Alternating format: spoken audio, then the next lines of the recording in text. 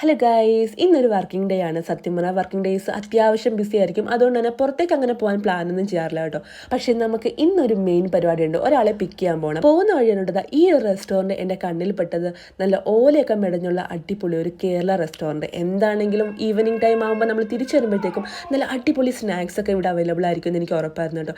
എന്താണെങ്കിലും നമ്മൾ പോകുന്ന എങ്ങോട്ടേക്കാണെന്ന് ചോദിച്ചാൽ തുള്ളി ചാടി വരുന്ന ആളെ കണ്ടില്ലേ, നമ്മുടെ ഗംഗപ്പൻ. ആളുടെ എക്സാം ഒക്കെ കഴിഞ്ഞ് നാട്ടിലേക്ക് പോകുന്നുണ്ട്. നാട്ടിൽ പോകുന്നതിന് സന്തോഷമാണ് ആ മുഖത്ത് കാണുന്നത്. കണ്ടില്ലേ, എല്ലാവരും പ്രാക്ടിക്കൽ എക്സാം ഒക്കെ കഴിഞ്ഞ് അവരുടെ ഹോസ്റ്റലിലേക്കൊക്കെ പോകാനുണ്ട്. നമ്മുടെ ഗംഗപ്പനാണെങ്കിൽ നേരെ വീട്ടിലേക്കും. എന്താണെങ്കിലും നമ്മൾ നേരെ ഗംഗപ്പനെയും പിക്ക് ചെയ്ത് നമ്മൾ നേരെ വിട്ടത് നമ്മൾ നേരത്തെ ഒരു റെസ്റ്റോറൻറ്റ് കണ്ടില്ലേ, അങ്ങോട്ടേക്കാണ് കേട്ടോ. പക്ഷെ ഞാൻ ഉദ്ദേശിച്ച റെസ്റ്റോറൻറ്റ് ചെറുതായിട്ടൊന്നും മാറിപ്പോകുന്ന ഒരു സംശയം. എന്താണെങ്കിലും ഇവിടെ ലൈവായിട്ട് സ്നാക്സ് കിട്ടും. പിന്നെ പണ്ടൊക്കെ നമ്മൾ കടകളിൽ വരുമ്പോഴത്തേക്കും ചില്ല് കൂട്ടിനകത്ത് നമ്മുടെ പലഹാരങ്ങളൊക്കെ കിട്ടുമൊക്കെ ഇല്ലേ, ആ ഒരു വൈബൊക്കെ കിട്ടിയപ്പോഴത്തേക്കും നമ്മൾ നേരെ ഈ കടയിലോട്ട് കയറി കേട്ടോ.